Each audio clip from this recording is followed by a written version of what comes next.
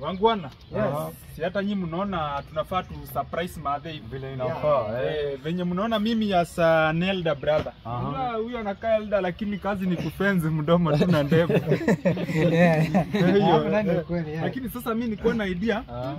Mimi ku expenses zote za kujenga nyumba, kila kitu, nyumba hadi isimame hadi roofing. Hiyo mniachie. Utamaliza kile nyumba naye mimi nitamjengea 6 bedrooms. Yenye hata tukikuja kila mtu anakuwa na bedroom yake. Wewe sasa unaona mimi according to me naweza mletea ng'ombe ya maziwa na pick up ya kubeba napier grass. By the way, hiyo idea ni kali, hiyo iko sawa. Na wewe? Mimi juu bwanangu ako na pesa. Mimi nitanunulia Madhe gari. Utamnunulia gari ya kuendanga soko Kademio.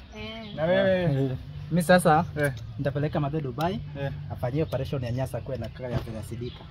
Hiyo itakuwa fiti sana. Sasa huyu mimi naona tu anunulie Madhe kuku ya Christmas. Hiyo anaweza nunua kuku ya Christmas. Kama kuku ya Christmas kama kijogo hivi. Kuku huyo bro utakuwa mfinya. Uliona Januari vile ilikuwa ngumu. Huyu wewe sasa unaweza nunulia Madhe kijukuu hata ya 50. Hapo itakuwa sawa. Acha tu atoe 50. Ama utaweza na kuserve mafundi.